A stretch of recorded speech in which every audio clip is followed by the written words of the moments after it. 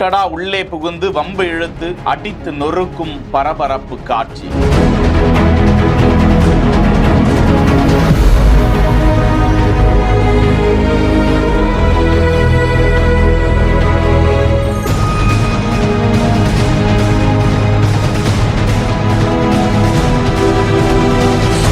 Car company நடத்தும் 2 நிறுவனத்தாரிடையே தகராறு.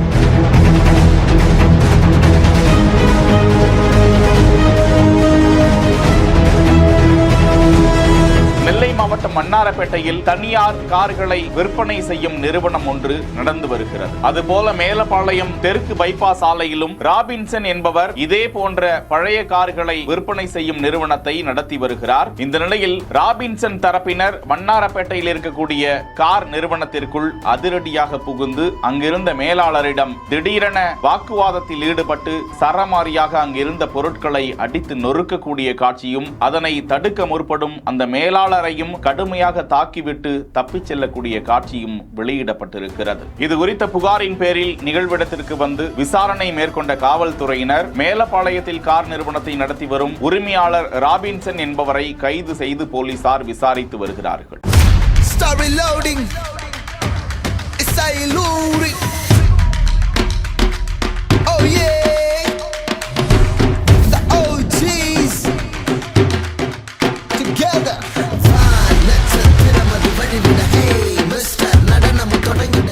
செய்திகளை வழங்குவோர் GT Holidays, Medway Hospitals, Aalaya cotton dhoti shirt. செய்திகளை உடனுக்குடன் தெரிந்து கொள்ள பிஹைண்ட் வுட்ஸ் நியூஸ் வாட்ஸ்அப் சேனலுடன் இணைந்திருங்கள்.